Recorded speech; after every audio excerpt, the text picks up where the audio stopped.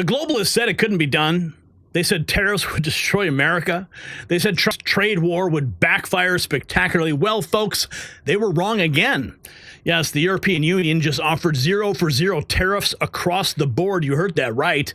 Complete surrender. After decades of unfair trade practices, after bleeding American manufacturing dry, after laughing at our negotiations, now they're begging for mercy. Trump's economic warfare strategy isn't just working, it's reshaping the entire global order. Ursula von der Leyen, who once snickered at Trump's demands, is now ready to make a good deal. Why? Because Trump meant what he said. 50 nations now scrambling to negotiate. The Trump effect isn't just real, it's nuclear. And America is finally winning again. And as we step into 2025, one thing is clear, though. De-dollarization is accelerating. China and other BRICS nations fear President Trump, making them more determined to reduce dollar dependence and establish themselves as economic superpowers. But what is their secret weapon? Well, I'll tell you, it's gold. China resumed buying gold, but underreported their purchases. Why? Because they recognize its global value and ability to withstand economic shocks. Gold is tangible, reliable, and immune to manipulation. China and BRICS countries, they want to be prepared. They just don't want it known. But it's not just about nations. It's about you. In a shifting economic landscape, gold is your personal hedge against uncertainty. Noble Gold Investments can secure your financial future, so visit nextnewsgold.com and with a qualified account, receive 10 1-ounce silver American Eagle coins. That's nextnewsgold.com. It's linked down below, or call that number on the screen, 877-646-5347. Tell them Gary Franchi sent you from the Next News Network. All right, let's get into it, folks. The Trump effect is 100% real. The Trump team blitzed the airwaves with a message the globalists hate: reciprocal tariffs, made in America supply chains, and an economic reset that puts you first. This is how we win. Are you ready? Secretary Bessent, 20% China tariff equals 0.7% price increase over 4 years while wages went up. The fake news said it would destroy us. Wrong. Trump's economic warfare is working. Wages beat inflation and the elites are sweating. Check this out. Or, Kristen, what I like is data. And if we look at data from President Trump's first term, and there's a big study that just came out from a group of economists, mostly at MIT, that showed that a 20% tariff on China led to a 0.7% tax or price level increase over 4 years. I think that's pretty good. If we can take in 20% in tariffs and it's a 0.7% increase. And Kristen, the little publicized story this week, everyone wants to look at the stock market going down. You know what else went down? Oil prices went down almost 15% in 2 days, which impacts working Americans much more than the stock market does. Interest rates hit their low for the year, so I'm expecting the mortgage applications to pick up. Well, just to be very clear, though, I mean, during President Trump's... Did you hear what he said? Everyone's freaking out about the stock market, but no one's talking about how oil prices went down. Yes, and that's going to have a more direct effect on your pocketbook. It's not going to cost as much to fill up at the pump anymore, right? Well, everyone's scrambling. Oh, my goodness, the stock market, holy cow. Well, you won't lose anything if you don't sell it.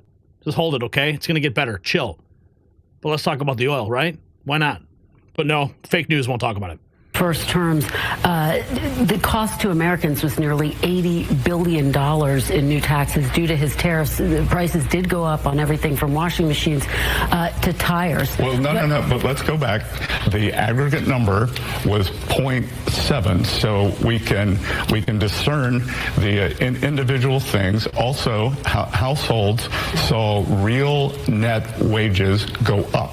So if wages go up faster than prices, which is not what happened over the past 4 years, that's why the bottom 50% got eviscerated. Kristen, what I like is data. Come on. The last point he makes. The number was 0.7, so we can discern the individual things. Also, households saw real net wages go up. Real net wages are going up. Don't let the fake news lie to you. He's also dropping some truth bombs. COVID showed our supply chains are not resilient. Yeah, we know that very well. Don't you remember? advantage of. This has been years in the building, years in the making. This unsustainable system, our trading partners have taken advantage of us. We can see that through the large surpluses. We can see this through the large budget deficits. And also, Kristen, this is a national security problem, which we saw during COVID. We saw during COVID that optimal supply chains are not resilient. And what I could say is the only good outcome from COVID is it was a beta test for what would happen if our supply chains got broken. And President Trump... It was also a beta test for a lot of other things, right? How many people would submit to health tyranny? Yeah. Yeah, we don't need to rewind that one. Has decided that we cannot be at risk like that for our crucial medicines, for semiconductors, for shipping, and we are going to move forward so the American people can know that they are going to have a more secure future. And that's what America First is all about. And speaking of America First, here is Howard Lutnick, our Commerce Secretary, giving us a warning about meds, ships, and steel. Are made overseas. You've got to realize this is a national security issue. I mean, we don't make medicine in this country anymore. We don't make ships. We don't have enough steel and aluminum to fight a battle. Right? All our semiconductors are made overseas, so every button we press when we try to start our car or even use our microwave, these are all semiconductors. They're all made elsewhere. We've got to start to protect ourselves, and we've got to stop having all the countries of the world ripping us off. We have a $1.2 trillion trade deficit, and the rest of the world has a surplus with us.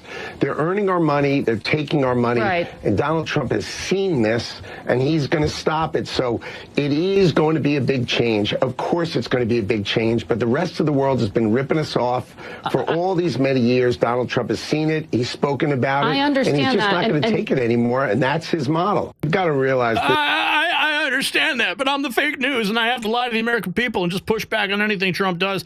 But that's what we do. Anyway, Howard Lutnick again, we went from owning the world to being owned by it. Well, that's all changing now. Our enemies a lot. The point is you need to reset the power of the United States of America and reset it against all our allies and our enemies alike. The idea that all the countries of the world can run trade surpluses with America and buy our things with us. Remember, $1.2 trillion. In 1980, we were a net investor, meaning we owned more of the rest of the world than they owned of us. Yeah, it's a different world. It's a different market. Now they own $18 trillion of us net. So that means the rest of the world, every year when we run a $1.2 trillion deficit, the rest of the world buys $1.2 trillion of America, and it goes up and up and up. And eventually we're not going to own America, and we are going to be owned by the rest of the world. Imagine if we had a war and we can't build a ship, we can't fly a plane, we can't build our own planes, we don't have our own semiconductors. This is what the president is here to fix for America. It's in his hands, and he wants to fix America. This is his chance to fix America, and we need him to fix it for our children and our grandchildren. Understood. Shut up. You're telling too much truth on Face the Nation. We can't allow that. Here we have Kevin Hassett exposing free trade about China joining the World Trade Organization. Be something. The fact is that if there were going to be a heavy burden on the U.S. consumer, then this trade deficit that for 30 years we've seen really since China entered the WTO would be something that would have gone down. It would have gone down over time. It would have responded to the prices. The bottom line is that China entered the WTO in 2000. In the 15 years that followed, real incomes declined about $1,200 cumulatively over that time. And so if cheap goods were the answer, if cheap goods were going to make Americans' real wages, real welfare better off, then real incomes would have gone up over that time. Instead, they went down because wages went down more than prices went down. So we got the cheap goods at the grocery store, but then we had fewer jobs. And that's why President Obama and Chuck Schumer and Nancy Pelosi and President Trump have come out saying we've got to come up with a better policy, a policy that treats our workers fairly compared to everybody else. And now President Trump, true to his word, just like he promised during the campaign, just like he put into his campaign platform, he's delivering on his word. The fact is, yeah, he is delivering, isn't he? Here we now have 50 countries begging Trump to begin a negotiation. I got a report from the USTR last night that more than 50 countries have reached out to the president to begin a negotiation. But they're doing that because they understand that they bear a lot of the tariff. And so I don't think that you're going to see a big effect on the consumer in the U.S. because I do think that the reason why we have a persistent long-run trade deficit is these people have very inelastic supply. They've been dumping goods into the country in order to create jobs, say, in China. I got a report from the USTR last night. 50 nations. Here's Secretary Rollins saying it straight. Around American, this whole concept is about rebuilding an American economy around American goods, around American industry. We do already live under a tariff regime in this country, but it's the tariff regime of China, of Mexico, of Brazil, of Australia, of countries that Mexico won't take our corn, Australia won't take our beef. The country of Honduras takes more pork than the entire European Union does, American pork, I should say. So from our farming and ranching perspective, which is what I'm focused on, but happy to talk about anything, that it is time for a change, and that's what this president evoked last Wednesday. So I think we'll see in short order really positive outcome from this. We already have 50 countries that have come to the table over the last few days, over the last weeks, that are willing and desperate to talk to us. We are the economic engine of the world, and it's finally time that someone, President Trump, stood up for America. This whole and you think about it, just think about it, okay? I was talking with someone today, and I said, you know, you got Porsche and Mercedes and all these luxury brands, you know, Japanese cars. You think that they can sell that many Japanese cars in Japan, or that many Porsches and Mercedes in Europe that they can sell here in the United States? Hell no. We are the biggest freaking market in the world. The American consumer is the most powerful force in the world. So, if they want to go ahead and play hardball, they're going to get hurt because we're just not going to buy their stuff anymore. And that's why they're all making phone calls. Panicked. Here's more. Reason that the European Union... This is Secretary Rollins talking with Fake Tapper. In fact, the reason that the European Union, even though they are our fourth biggest market for agricultural products, as you know, don't take as much American pork as you would like is because they have issues with hormones used in pork. I don't want to get into a whole debate over that, but it's not an issue about tariffs. But let me ask you about the computation of these tariffs, because conservative economists at the American Enterprise Institute... But wait. Hold on, Jake. No. This is really important. You can't just say that. So here's the bottom line. They are using fake science and unsubstantiated claims to not take our products. So it isn't just that they have high tariffs. Thank you for making this point for me, by the way. I meant to make it. It's not just the tariff numbers. It's the way they've treated our products. Oh, sorry, we can't take your beef since 2002 because you use a certain type of feed. That's just absolute bull. It is not correct and not appropriate. Our supplies, our farmers and ranchers, we produce the safest, the most secure, the best food in the world. And so to use that for the EU to say, oh my goodness, we can't do it because of this reason, it's absolutely wrong, and it's not based on sound science. Okay. Yeah, and that's exactly true. They make up reasons why they can't import our products. Oh, we can't take it. No. Here's another one. Here's AG Rollins. Rollins dropping a nuke. 4 years. The bottom line is this. In the last 4 years, the cost of inputs for our farmers went up 30%. In the last 4 years, we had an agriculture export deficit that increased from zero when President Trump left to $49 billion. Our farming and our farmers and ranchers are hurting.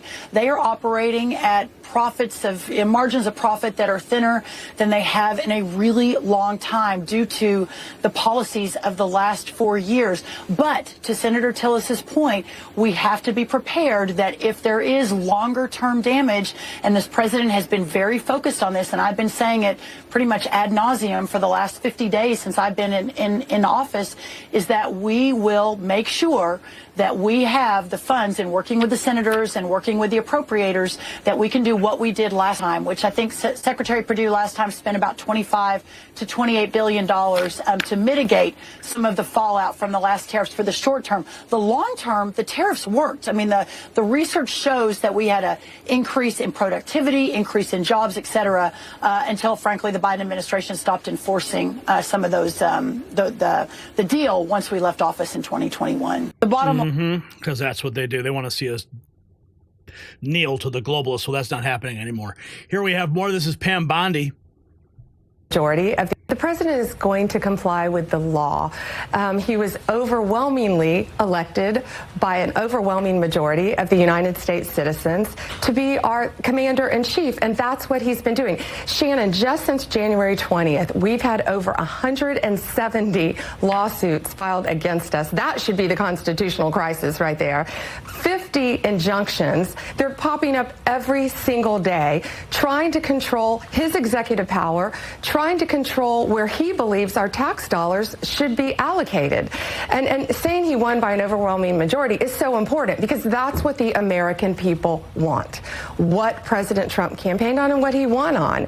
And he's implementing that agenda at a rapid speed. None of us can keep up with him every single day. And so it's just, we're going after all of these lawsuits. We're defending them all. We just got a great win and we'll continue to fight. The president is going to... Oh, we're not going to stop fighting. Here is Peter Navarro. And I think we need American people to understand, and I think many of them do, why we have to do what we're doing. $1.2 trillion trade deficit. We've exported $18 billion worth of our wealth since China joined the WTO in 2001 by running these trade deficits. And we've given away our houses, our office buildings, our food supply, our farmland. That's got to stop. It's threatening our economic prosperity, national security. And the reality here is that institutionally, the international trade system is designed to cheat us. They have systematically higher tariffs on us, but more importantly, and far more importantly, it's the non-tariff cheating. It's the VAT taxes, it's the currency manipulation, the dumping, the export subsidies, the fake standards that keep our agricultural products out and keep our cars out of Japan. It's all these things that these foreign countries do that are designed explicitly to cheat us and are sanctioned by the World Trade Organization. So President Trump says no more, no mas, ain't happening on his watch. And that's where we're headed. We're heading towards a strong America that makes things again. Yeah, I think America's going to make things again. Here's Stephen Miller talking about American cars. And the United States is 36% of global consumption, and we're more than 25% of the world's economy. Just the United States alone. That means we get to set the rules and terms for international trade. But we've done the opposite as a country for decades now. When we hear the term globalization, what does that really mean? It means taking America's wealth and shipping it to foreign countries. So all the factories that used to be in America are now in China, Cambodia, Thailand, Vietnam, Canada, Mexico, parts of Africa, India, Europe, Japan, Korea. You know where they're not? The United States of America. Because our leaders allowed foreign countries to rig the rules of the game, to cheat, to steal, to rob, to plunder. That has cost America trillions of dollars in wealth. These countries cannot win a trade fight with us because they're already the ones who have cheated. So in other words, they've stolen our industries. We have all the upside here in this fight because we can now make these industries come back because we have the market. We have the consumers they need. Japan cannot replace the American automobile market. Europe can't replace the American automobile market. They need us. And this is a fundamental issue of fairness and national security. Tell me, why is it that if you go to Tokyo, there's no American cars? If you go to Berlin, there's no American cars?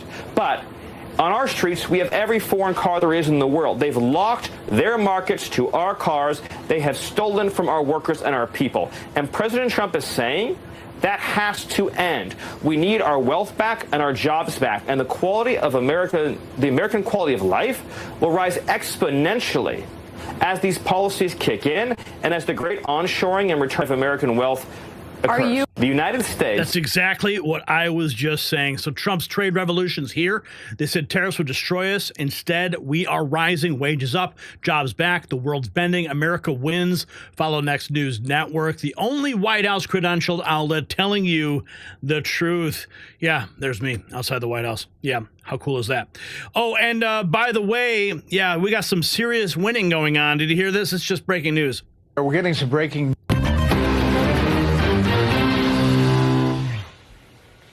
Looking live at the White House there, we're getting some breaking news at this hour coming out of the Supreme Court. The U.S. Supreme Court has handed President Trump a victory, letting him and his administration use the 1798 law that historically has been employed only in wartime to swiftly deport alleged Venezuelan gang members as part of the Republican president's hardline approach to immigration, granting that administration request to lift the Washington-based U.S. judge James Boasberg's March 15th order that had temporarily blocked the summary deportations under the Alien Enemies Act while litigation in the case continues. So the Supreme Court has weighed in. Let's start there with our panel. Let's bring in our panel, Susan Page. So another huge win. Yeah, they try to block us in the courts, but we definitely won. That Alien and Sedition Act, yeah, it's been upheld by the Supreme Court. Trump can use it, so no more activist judges going to try and block this. But there are other cases they're going to continue to try to fight. Here we have this, Stephen Cortez. Markets are incredibly volatile. There's no explaining away that reality. An unfortunate consequence of such a major economic transformation equally is true. What we've been doing isn't working. Middle-income citizens have been totally shut out of the American dream. Let's hear what Tucker is talking about. And do you think that the people who are hoping that yesterday's move will lead to a demonstrably brighter future within 4 years, is it your sincere prediction that within 4 years we'll say, actually, that kind of worked? I believe that it's going to work, and I know that what we were doing wasn't working. Yes. So I think we have to try this, and I have a high confidence ratio it's going to work. I'm not happy with what's going on in the market today, but the distribution of equities across households, the top 10% of Americans own 88% of equities, 88% of the stock market. The next 40% owns 12% of the stock market. The bottom 50 has debt. They have credit card bills, they rent their homes, they have auto loans, and we've got to give them some relief. That's the message right there. Just as a bystander, I'm like, wow, okay. Seems pretty simple to understand. Americans want relief. Here's the European Union offered 0-for-0 tariffs with the U.S. As we have successfully done, we stand ready to negotiate with the United States. Indeed, we have offered 0-for-0 tariffs for industrial goods, as we have successfully done with many other trading partners. Because Europe is always ready for a good deal, so we keep it on the table. But we are also prepared to respond through countermeasures and defend our interests. We stand ready to negotiate with the United States. Good luck with that, honey. Just keep bending the knee. Meanwhile, the Los Angeles Dodgers pitcher Clayton Kershaw presents President Trump with a 47 jersey. Mr. President, we have a gift for you as well. Earlier today at the White House. Mr. President, we have a gift for you as well. Oh, I like that. Wow. Ooh, I like that.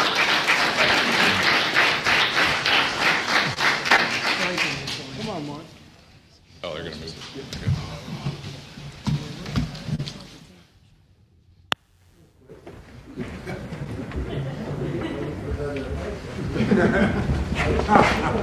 Right here first, sir. 3, 2, 1. Thank you.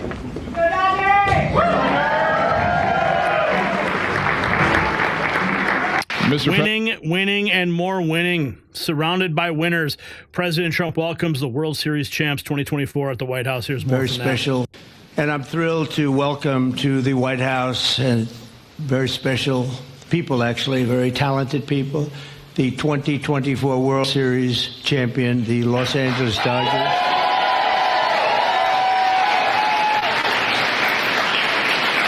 And I'm thrilled to... Feels good to be surrounded by winning, doesn't it? So the EU surrender It's not isolated. Taiwan, India, Israel, Vietnam, Cambodia, all dropping tariffs, all recognizing that Trump's America isn't the pushover it was under previous administrations. What we're witnessing is American leadership reasserting itself on the world stage, not through endless wars or global climate schemes, but through economic leverage that puts American workers first. When Kevin Hassett said over 50 countries are begging Trump for trade talks, he wasn't exaggerating. The days of dumping cheap products into our markets while blocking our exports are over, period. The trade deficit that ballooned to $1.9 trillion is finally being addressed, and make no mistake, this is only the beginning. So here's the question for you. If Trump fixed global trade in just 78 days, what could America achieve with 4 full years? Drop a comment below. And head to shop.nextnewsnetwork.com for our exclusive America Wins collection. It is linked down below.